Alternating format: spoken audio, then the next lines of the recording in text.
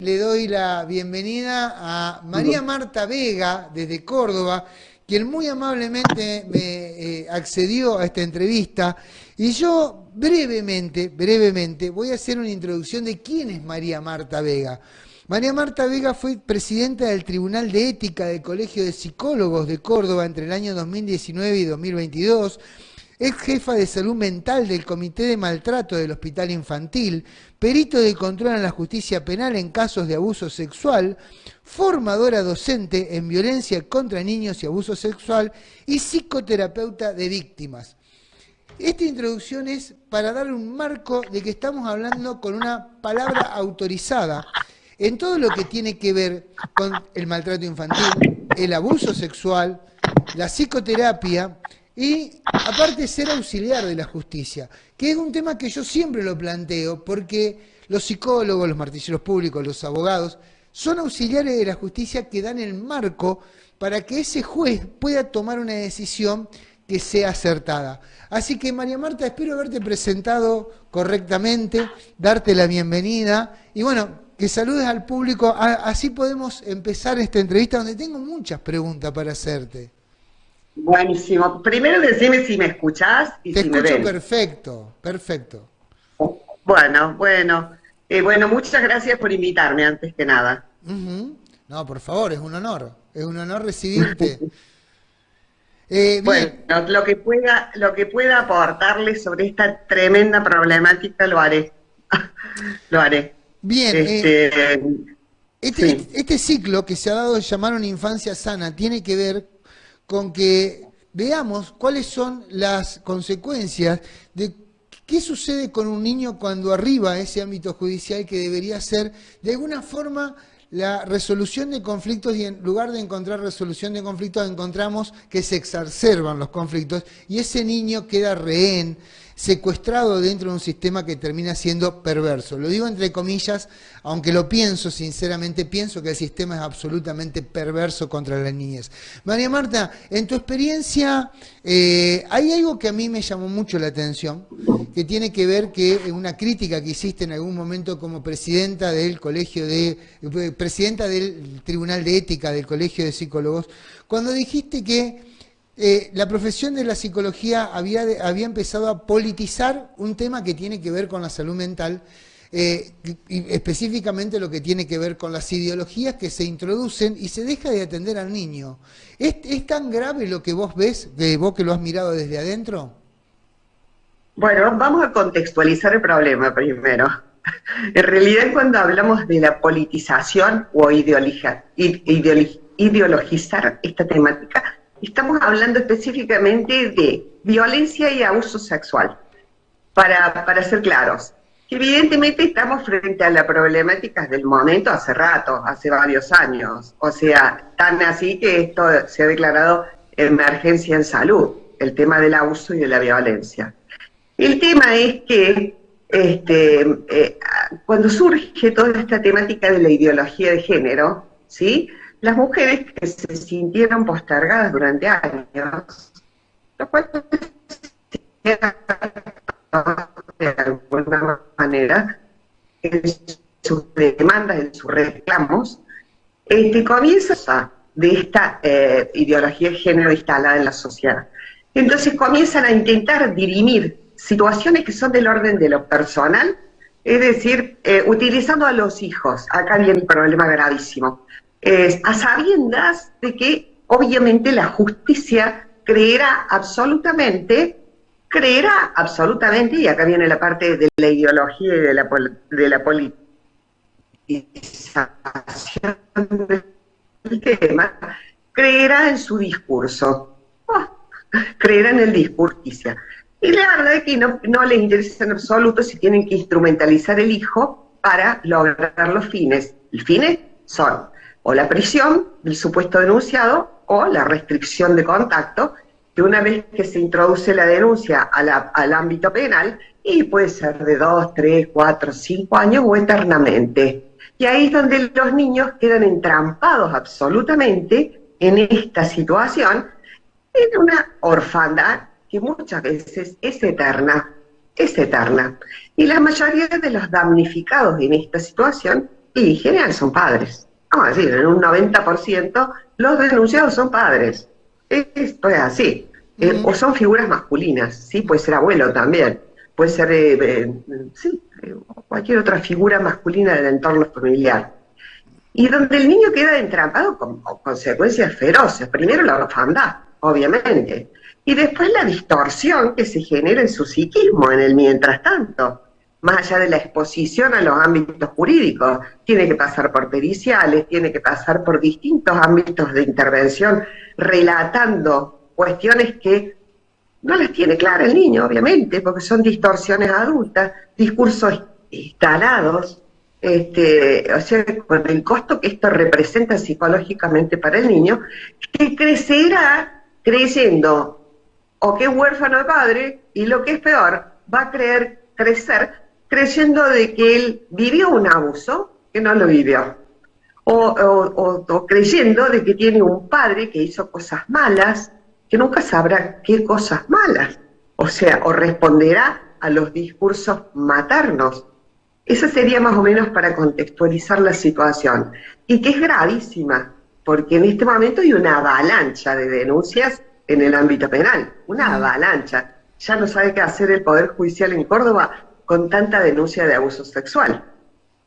Bueno, acá es donde entra, hiciste una muy buena introducción, porque es del tema que venimos tratando durante todo este ciclo, pero específicamente acá entra la labor del psicólogo que es del equipo psicosocial, y después incluso, dependiendo en el estrato social donde esto se produzca, empiezan a entrar los peritos de parte, los psicólogos forenses. Bueno, acá viene contextualizó el problema, que ahora viene la segunda gran parte, que es la de diagnosticar y significar el abuso, ¿sí? Tarea que no es fácil, porque se nos ha asignado a los psicólogos, siendo que esto no es una patología. Es decir, el niño abusado no es un niño patológico, es un niño que vivió una situación, es como que lo atropelló el trole. Es decir, pero no es un niño patológico. O sea, los psicólogos no estamos preparados para cumplir esta función de diagnosticar o significar el abuso. Y en todo caso, si estamos preparados, eso requiere una formación de posgrado, porque en la universidad no existe una materia que sea abuso sexual.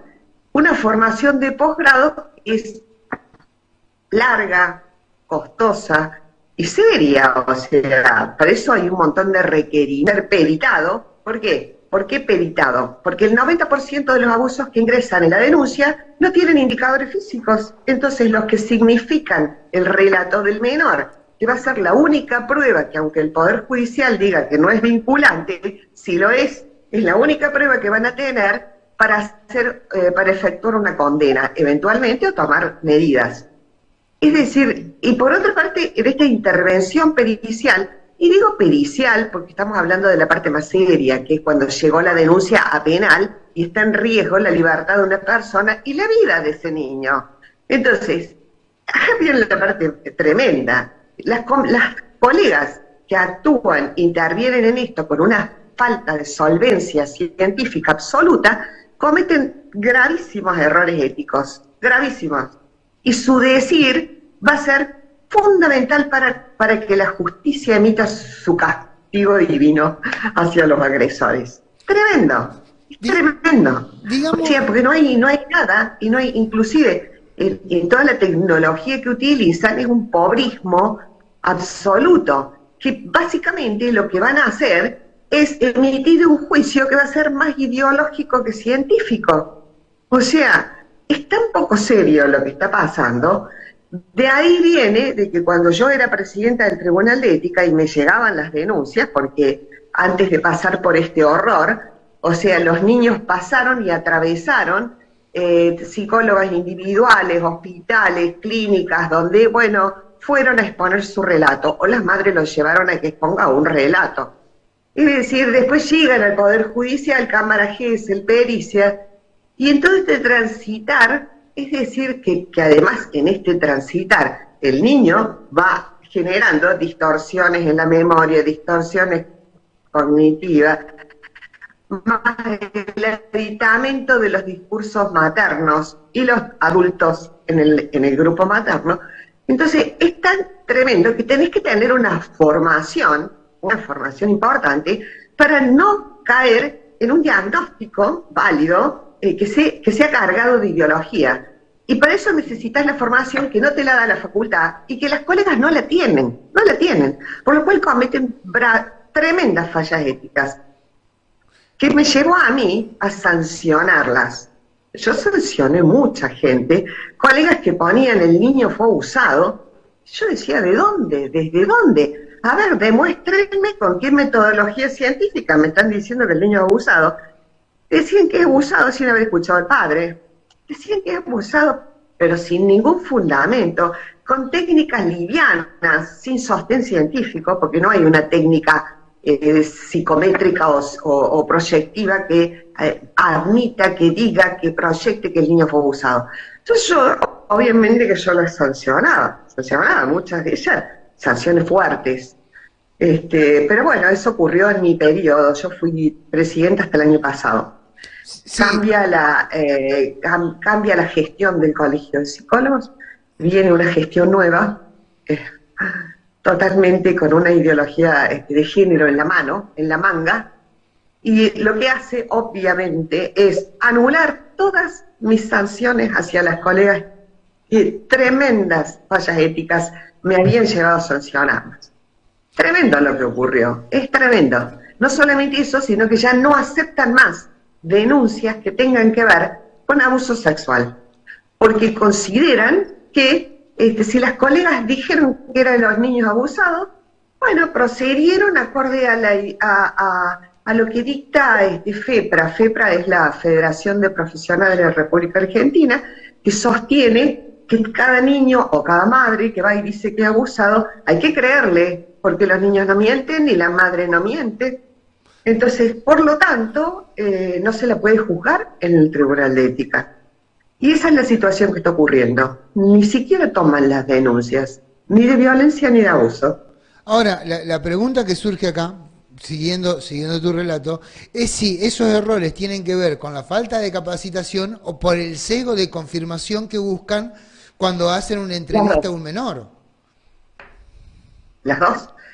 Básicamente, cuando vos no tenés una formación en abuso sexual, que insisto, es de posgrado, la universidad no nos da en la carrera la formación.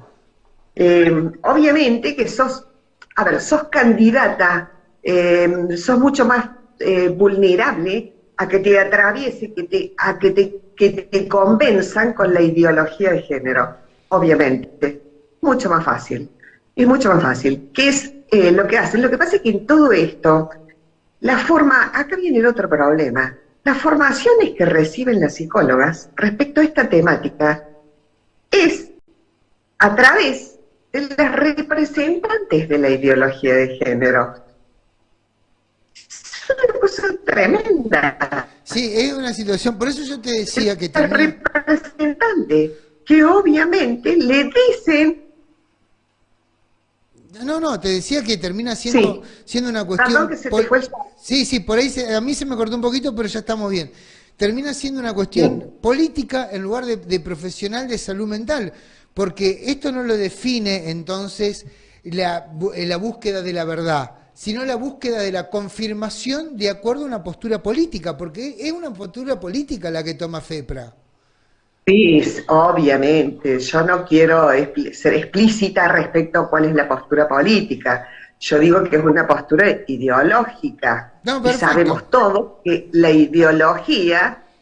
Sí, no, perfecto. Sabemos todos perfectamente, es decir, quiénes son los dueños políticamente de esta ideología. O sea que es una obviedad. Así que no lo vamos a mencionar. Porque sabemos dónde... momento histórico de nuestro país fue instalado todo esto, y cuál fue la finalidad de todo esto, obviamente. Esto es así. María Marta, está claro que no lo vamos a descubrir nosotros, simplemente quería, digamos, contextualizarlo. ¿Por qué? Porque dentro de esas posturas que está tomando, ya no hablemos de postura política e ideológica para no encuadrarnos en algo, pero hay una postura que es muy peligrosa, como por ejemplo la negación de la alienación parental. algo que ha sido estudiado desde hace casi 60 años, que tiene más de 10.000, más de 2.000 estudios científicos, y que hoy, livianamente, un colegio de psicólogos, una federación dice, no, no existe, no quedemos mal, no existe. Entonces, ahí es donde empezamos a entrar en un terreno que, si bien lo ideológico es grave, esto ya es muy grave, porque estamos ignorando la posibilidad de que un niño ya sea maltratado antes de arribar al tribunal, y no por el abusador, por el supuesto abusador o denunciado. Bueno, ahí has dicho la clave, porque ¿cuál es lo argumental? ¿En qué se basa el FEPRA, por ejemplo, para decirle al resto de los colegas en todo el país que no tienen que aceptar las denuncias de las colegas que intervienen en abuso como falsas? Casualmente se basan en eso, en el síndrome de alienación parental. Es tremendo el tema del síndrome de alienación parental. Ellos sostienen que las colegas que avalan a estas madres delirantes, porque son delirantes, Totalmente. con estos discursos que traen dramáticos, obviamente son perseguidas porque avalan a estas pobres madres víctimas ellas y sus hijos o hijas. Tremendo. Porque que basadas en el síndrome de alienación parental, que ellas dicen que no tienen ningún valor científico. Mira, llámale como quieras, llámale síndrome de alienación parental, llámale manipulación de la cabeza de los niños, llámalo como quieras, porque en realidad lo puedes llamar de 1000 maneras, pero que es una realidad contundente, es una realidad contundente. A ver, porque las madres son poderosas en la cabeza de los niños, la madre es poderosa. Y la madre que tiene un conflicto con su expareja o con quien fuere el supuesto agresor, obviamente, y más cuando son pequeños, cuando son niños pequeños, obviamente que van a hacer una instalación, una distorsión, y los niños van a terminar diciendo lo que ella quiere que diga. Eso es seguro. Sumado que los niños fantasean, los niños mezclan realidad y fantasía, los niños mienten, o sea, abiertamente, y ellos sostienen que no. Ellos sostienen que no. Sostienen que no porque cuando las sostienen que los niños no mienten, ahí es donde viene, lo dice el consenso universal, para intervenir con abuso sexual, que básicamente son niños, tenés que tener amplios conocimientos de psicopatología infantil y un tránsito por la problemática de los niños en la clínica, cosa que las colegas no tienen. Acá manotean cualquiera o cualquiera decide hacer un diagnóstico donde dice que el niño fue abusado, recomienda que denuncie la madre y recomienda que el padre no lo vea, cuando el padre nunca lo citó para que dé su versión, porque esa es la otra, nunca lo citó. Que yo en base a eso sancionaba muchísimo, porque eso afecta a nuestro código de ética, a uno de los artículos, que dice que cuando trabajas en niños tenés que citar a ambos padres. Es decir, esto, por eso te digo que es una mezcla de desinformación científica y sobre todo de atravesamiento ideológico. Vamos a ponerlo en estos términos, ideológico, en la convicción. El relato de la mujer Ahí se cortó. es creíble. Y no lo es. Yo te digo que yo perito en la justicia, pero si yo te dijera las estadísticas, te las puedo decir desde mi tránsito, por este tema. Yo creo que más del 50%, y me quedo muy corta, son denuncias falsas. Con todo esto que significa que está colapsado el poder, acá el ámbito penal, está colapsado. No dan abasto con las denuncias, porque no hay filtros. Y los filtros previos antes de llegar a la denuncia, que es un ente denunciativo que se llama Polo de la Mujer, es un ente totalmente politizado. Ahí receptan las denuncias, dan por hecho la veracidad y por protocolo las envían al Poder Judicial, ámbito penal. Colegas colapsadas. He visto hacer diagnósticos periciales en una sola entrevista. No, lo que estamos viviendo es una horror, porque condenas, sobre todo los niños, que no ven a esa persona porque los procesos son eternos. Es decir, el proceso, una vez que ingresó en el ámbito penal, puede durar 1 año, 2, 3 o siempre, hasta que la causa sea archivada o sea elevada a juicio. Eterno. ¿Cómo revinculas después a esos niños con el supuesto agresor que resultó no ser agresor? ¿Cómo lo revinculas después? O sea, estamos básicamente en varios estratos y con varios cómplices, estamos frente a un delito. Porque el psicólogo, al afirmar algo que no puede de alguna forma argumentar, está cometiendo un delito que a su vez hace que se cometan otra cierta cantidad de fallas. Yo lo quiero dejar claro, ¿por qué? Porque luego, cuando viene, en algún tiempo todas las cuestiones políticas cambian, todas las políticas cambian. Entonces, cuando vayan sobre FEPRA dentro de unos años, no se victimicen, porque es seguramente lo que va a suceder porque le terminan arruinando la vida a la gente. Bueno, dicho esto, se niega la alienación parental, no hay gente preparada, hay un sesgo. Ahora, ¿qué pasa con las verdaderas víctimas? Porque se terminan invisibilizando en este marco. Esto es lo verdaderamente preocupante. Ahí viene el otro problema. Las verdaderas víctimas de abuso, porque cuando yo digo esto, creen que yo estoy negando la existencia del problema. Por favor. Es decir, el abuso existe desde tiempos milenarios y sigue existiendo. O sea, ¿seguro? A ver, no es que yo niegue el problema. El tema es que quedan invisibilizadas las verdaderas denuncias de abuso. Los verdaderos abusos quedan tapados, no llegan a la justicia. Y te voy a decir por qué. Porque la justicia, acá viene el otro tema. Primero, quedan invisibilizados, o bien porque se producen en contextos marginales, en contextos de clase muy alta, donde tienen que ser tapados por una cuestión de prestigio, o en la clase muy baja, donde está naturalizado, ¿sí?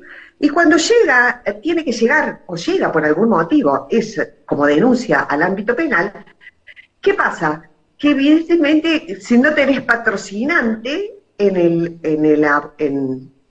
la denuncia, no te llevan el apunte, o sea, nunca llegará el abuso a ser sancionado, porque no tenés patrocinante, no tenés plata para pagar un perito de control, o sea, muere en el camino, muere.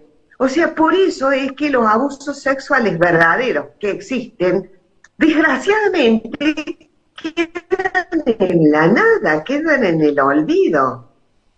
Sí, a mí me dio tocado hace poco un caso abusada durante años por el padrastro, y la madre estuvo 4 años, incluida, yo hablaba para ver si podían hacer algo. 4 años nadie le llevó el apunte, a pesar de que yo insistía en la fiscalía, que por favor tengan en cuenta, esto es un abuso tremendo, hasta que la madre tuvo que juntar las moneditas y pagar un patrocinante, y ahí se activó la causa. O sea, esto es una cosa tremenda lo que está pasando. Que sumado a esto, esta participación de los peritos de control también complica a la justicia penal. Es decir, porque el fiscal tiene tantas opiniones diagnósticas, porque muchos peritos de parte son, son mercenarias, ponen lo que le acorde al pago. O sea, es toda una cosa tremenda, lo cual hace que el proceso se prolongue, porque el fiscal nunca puede terminar de decidir si fue o no fue, como no hay indicadores físicos, para nada, tiene que definir por las periciales. O sea que también esa es la otra gran confusión. Periciales que probablemente de todas las peritas, entre la oficial y las de parte, ninguna está habilitada ni es idónea para opinar. Tremendo. Y muchas son mercenarias. Otras son atravesadas por la ideología de género y otras son burras. Simplemente burras, porque no tienen idea del tema del abuso. Nunca estudiaron esta temática. Entonces, lo que estamos viviendo es un horror. Esto prolonga los procesos en las fiscalías. O sea, nunca se archiva, nunca se eleva a juicio, pasan años, y uno reclama qué pasó, y ahí quedó, y mientras tanto, el poder, la familia no puede redefinir o instalar la vinculación con el supuesto agresor, porque hasta que no cierre penal. No, o sea, que es una cadena de cosas que es tremendo, tremendo, y el pobre, y los pobres niños al medio, ¿no? No, Al medio. Es realmente tremendo. Estar hablando acá que la incapacidad de unos, incapacidad más sesgo. O sea, es una mezcla tremenda, ¿no? Incapacidad más sesgo creo que es la peor mezcla que puede haber en un profesional de la salud mental. Porque quiere decir que no solamente no te va a ayudar a sanar, sino que te puede enfermar peor. Fuera de eso, incapacidad más sesgo de uno, falta de recursos de otro, aceptación indiscriminada de denuncias por el sistema, porque hay otro tema. No hay filtros, no hay filtros. Bueno, ahí vamos a hablar de los filtros. Vamos a hablar de los filtros. ¿No se evitarían muchas denuncias falsas si la primer persona que fuera de alguna forma, yo digo, no sé si decirlo auditada, estudiada, no digo interrogada porque suena feo, pero de alguna forma investigada, cuando hablo de investigación hablo de la investigación del profesional de la salud mental, ¿no debería ser el primer investigado el denunciante? Para saber si no hay incluso un sesgo en la denuncia. Porque obviamente que si yo lo vengo pidiendo hace años, de que, a ver, cuando toman la denuncia, no solamente, primero la periten a la señora denunciante, a ver qué trastorno de personalidad tiene o qué conflictiva personal está proyectando en la denuncia. O sea, no lo quieren hacer por la ideología de género, que supone que si la madre miente, como si las condiciones, yo lo pongo en mis artículos eso, como si la condición de paridora, de madre, les diera condición de sagradas. Es tremendo, son como si fueran ellas las únicas defensoras de su niño. ¿Cómo va a mentir si está en defensa de su niño? Por favor, obvio que tendrían, no solamente eso, el colegio de psicólogos le dije millones de años, por favor, pongan exigencias a las que trabajan en abuso. Esto es una problemática que no puede ser para cualquiera, no puede cualquier colega. A mí ponerme frente a un esquizofrénico no es lo mío, lo voy a derivar. Obviamente, porque zapatero tus zapatos, me voy a dedicar a lo que yo me he formado tantos años, obviamente. No hay formación para las colegas porque el colegio no la exige y la justicia penal tampoco exige la formación a las colegas que se encargan de la pericia. Es todo y que le pidan un diagnóstico o un interés o que colegas cuando toman el caso, que no sea en el ambiente, para que le den la otra versión o la otra parte de la historia. Bueno, nada de eso ocurre. Conclusión, estamos parados frente a este horror que crece. Yo estoy esperando que me den las estadísticas para que todo lo que yo digo se compruebe a través de las estadísticas. Bueno, de que la mayoría de las denuncias son falsas. No va a haber nunca. Te aclaro porque somos un montón de periodistas y de organizaciones que tratamos que nos den estadísticas y hace años que peleamos para que nos den las estadísticas de las denuncias falsas. No te las van a dar. Nunca. No te las van a dar. Jamás. ¿Sabes por qué? ¿Por qué no te las van a dar? Es muy claro esto. Porque tienen que justificar los cargos. Pero claro. A ver, tienen que justificar este circo que han creado. Este circo. O sea, tienen que justificar observatorios, instituciones, secretarías, subsecretarías, ministerios, que obviamente han puesto todos militantes. Tienen que justificar los cargos. No tengo duda. O sea, nos quedan 7 minutos, María Marta, y hay algo que yo no quiero que se termine la entrevista sin decirlo. La mercancía de este negocio terminan siendo los niños. ¿Cuál es el efecto en los niños? ¿Crees que te alcanzan estos 7 minutos para decirme cuál es el efecto en los niños? Tremendo. Porque yo además de todo esto soy terapeuta de víctimas. O sea que yo después intervengo en reparar el daño en la víctima. Porque después tenés que desinstalar todo esto. ¿Te imaginas el nene que la mamá lo llevó a denunciar? Tuvo que decir contar su historia, lo que la madre le hizo decir, obviamente, muchas veces, o que lo que la psicóloga quiso entender de lo que el niño decía, ¿sí? Tiene que atravesar el Poder Judicial, las etapas de Cámara Gesell. Cámara Gesell me hace gracia, lo de la Cámara Gesell le da para una charla aparte. No, Es la sí, historia también. de la Cámara Gesell. Pero bueno, no me voy a meter en eso, no me voy a meter. Yo las he bautizado a mis colegas del Poder Judicial las SS angeladas. Pero bueno, no me voy a meter en eso, que da para otro tema. Y tuvo que atravesar todo eso, sin ver a un padre, muchas veces amado, querido, tuvo que atravesar en el desconcierto, en la confusión, en lo que le instalaron, en lo que le hicieron decir, en lo que cree que pasó porque se lo dijeron.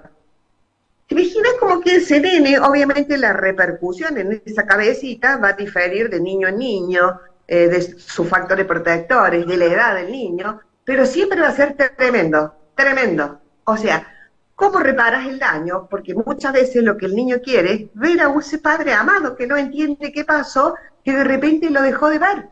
O sea, ¿cómo le explicas? Tremendo. Con una madre y todo un entorno, porque hay todo un montón de complicidades, que te dicen que el abuso existió. Por más que la justicia se expida al final, o no se expida y la duerma la causa, el abuso existió y no se lo sacas de la cabeza, porque ha sido reforzado por las cómplices, que de a poquito, en todo este andar, porque han llevado al niño a 1000 psicólogas, han ido reforzando de a poquito la misma idea de la madre. Entonces, después viene la jueza de familia, si algún día decide la revinculación, y te dice revinculalo. ¿Sabes lo que yo le respondo? Le digo, revinculalo vos, querida, ahora. El daño se lo hizo la justicia.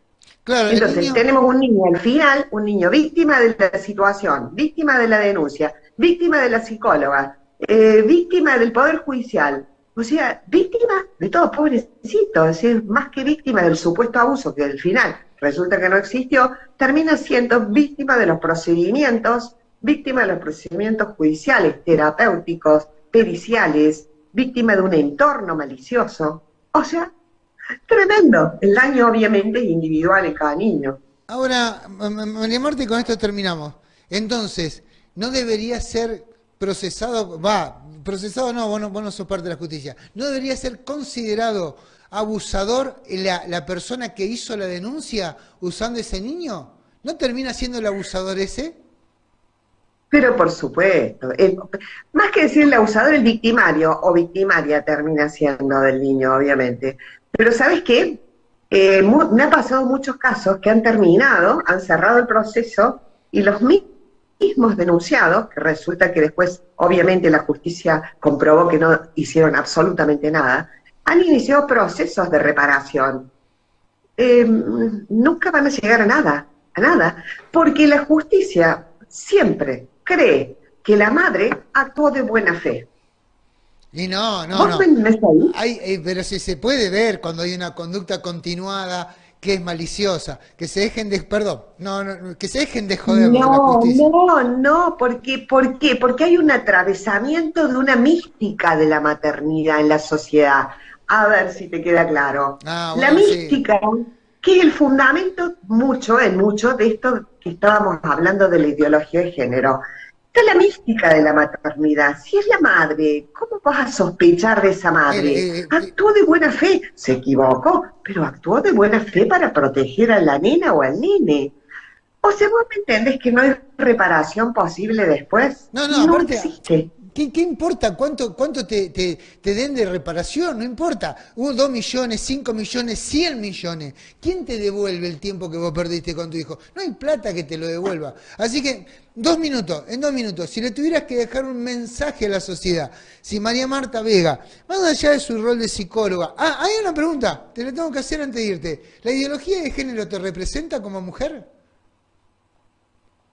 ¿Vos qué pensás después de todo lo que te dije? No, pero yo soy una defensora. Yo ya sé que no, pero se la hago a todas las mujeres que vienen a la justicia de los débiles.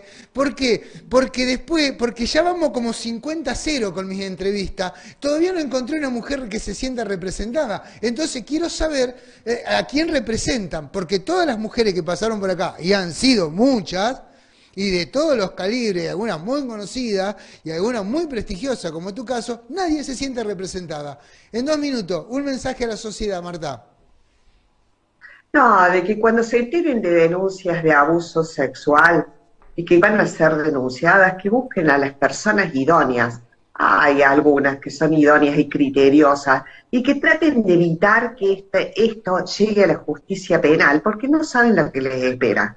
No saben lo que les espera. Es básicamente eso. Bueno, María Marta, gracias por estar esta tarde conmigo. Ha sido muy lindo entrevistarte. Tenemos que hacer otra entrevista porque quedaron muchos temas. 40 minutos no alcanzan. Ha sido un verdadero placer escucharte.